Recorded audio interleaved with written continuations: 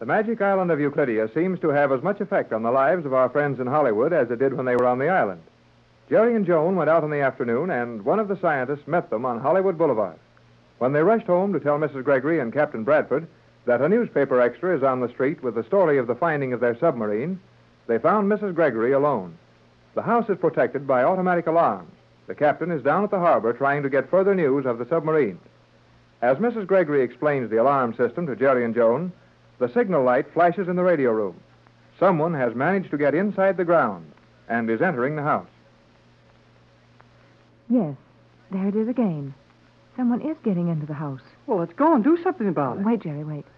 We're quite safe in this radio room. But, Mother, suppose they enter rooms where your valuables are kept. We have a number of little surprises that will prove very interesting to anyone who goes too far.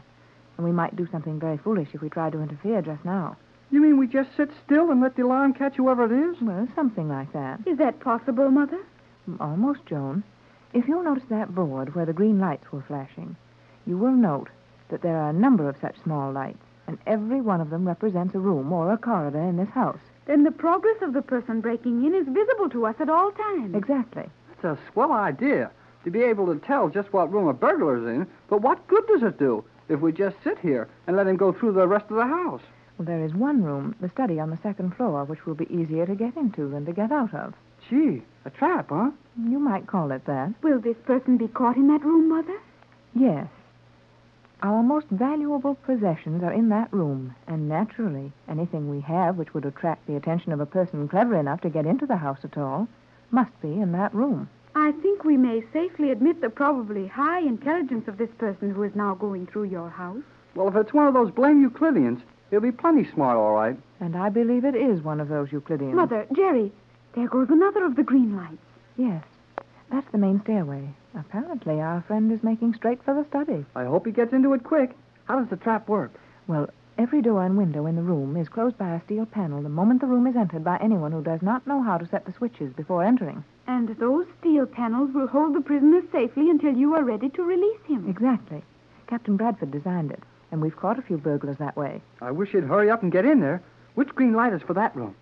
Well, it's the center of the board and is slightly larger than the others. I see it. Oh, so do I. Say, the light right next to it went on.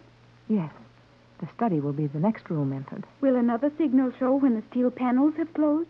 When that happens, an alarm gong will ring. Will we hear it in the soundproof room? Yes, Jerry. It's connected in here. How long should it take? Any moment now. Say, Mrs. Gregory, I thought I saw the light next to that one flash on and off. Next to it? Yeah, just to the left of it. There it is again. Why, you're right. But I can't understand that. Why would anyone pass that room and start on down the service stairs? Well, I don't know the answer, but from the way those lights are going on and off, he's leaving that room behind and leaving it fast. May we not go out and intercept him, Mother? Oh, I think not yet, Joan. If he hasn't entered that room, nothing of value has been touched, and we might find it very dangerous. If it is someone clever enough to know that that room was a trap, might he not be clever enough to imprison us in this room? Yeah, that's an idea. Maybe we're in the trap ourselves. No chance of that, Jerry. In an emergency, this entire side of this room can be made to open out merely by pushing on it. And at the same time, alarms are rung at the police and fire departments. I think you'll find that we can get out. This is sure some house. It is indeed. I am surprised, Mother, that you and the captain should seem so impressed with the things you saw on Euclidia. You have nearly the same type of thing here. Only in a few instances, Joan, dear. The captain is clever, but he's only one man, while Euclidia is a colony of the world's greatest scientists gathered for a purpose and devoting their lives to science. That is true. Well, that reminds me of something I've been wanting to ask you for a long time, Joan. If they're great scientists from all over the world, then a lot of people must know them. Why doesn't somebody worry about where these men are or ask questions about them? I've often wondered about that, Jerry, and so has Tex. I think I can answer that, or partly so. Then hurry up and do it. The way things happen to us, I think we need all the answers we can get. Are any of G47's men well known to the world, Joan? It is my belief that a number of the scientists on Euclidia are men who have been well known in various countries of the world. But if that's true, why didn't we recognize them? Tex knows most of the prominent men in science throughout the world. He's worked with many of them in laboratories and on expeditions. And surely he would have seen someone he knew on the island. Well, the only thing about that is that all those Euclideans have that funny way of talking. They all use high, squeaky voices. There you have hit upon the answer, if my belief is true, Jerry. What do you mean, Joan? For some time, in fact, since I have grown old enough to understand that there was another world than Euclidia, I have felt that everyone on the island was wearing a disguise and were disguising their voices. Gee, maybe some of the men we saw on the island are men from this country. They are from every country, of that I am sure. And most of them are men and women, famous men and women of all countries, who have supposedly been lost with expeditions, or who were passengers on ships which were supposed to have sunk. Supposed to have sunk? Yes, Mother. I am sure that many famous people who were supposedly lost at sea and in the air are now associated with G47 on the island of Euclidia. Golly whiskers, what an idea that is. It's tremendous.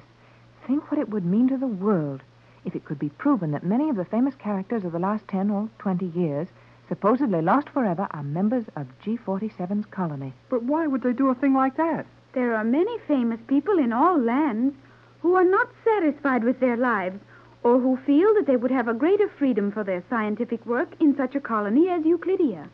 I can understand that. But how did they learn of Euclidia? How did they reach the island, become members of the colony without the rest of the world learning of it? Yeah, how did they know about Euclidia and how to find it?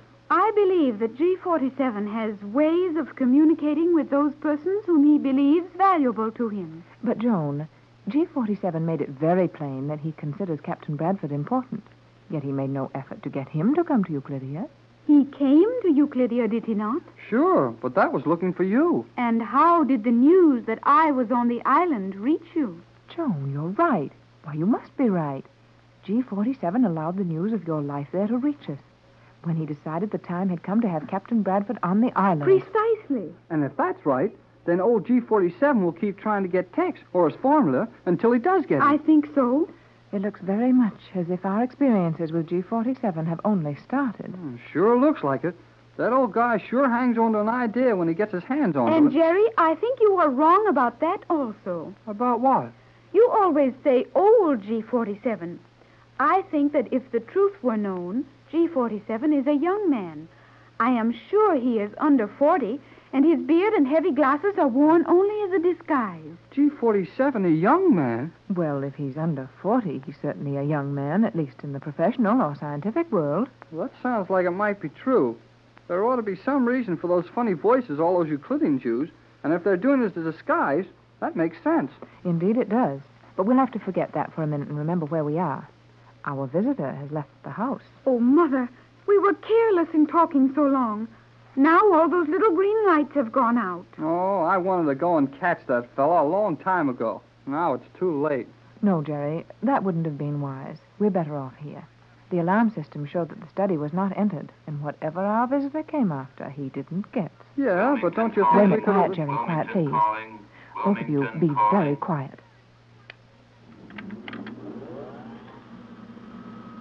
Hello, Wilmington. Ready.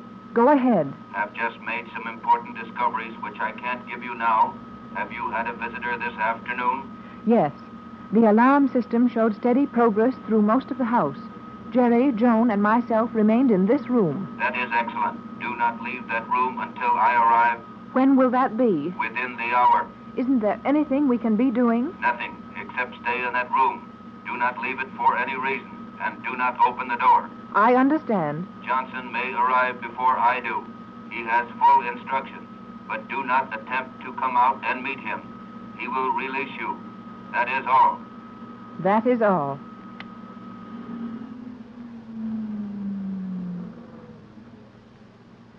Well, Tex certainly feels that we're in danger. Yeah, he said not to leave this room. Does that mean that the intruder whose progress we followed with the alarms has managed to secrete himself within this house? Well, I would say no. Definitely no. Then how's he going to hurt us if we go out of this room? Well, I think it's highly probable that he's left some sort of trouble waiting for us out there. That could easily be done. And the captain would know that if the element of danger to us had been safely placed from the outside, it may be safely removed from the outside. That's it, Joan. You mean that guy left some sort of a trap out there that's set to do something to us when we open the door? But if Tex waits for Johnson to get us out, we'll be all right? That's the way I see it, Jerry. And I feel that is correct. Well, then it must be right. But why didn't the fellow, whoever he was, take his time and go through the study while he had us penned up in here?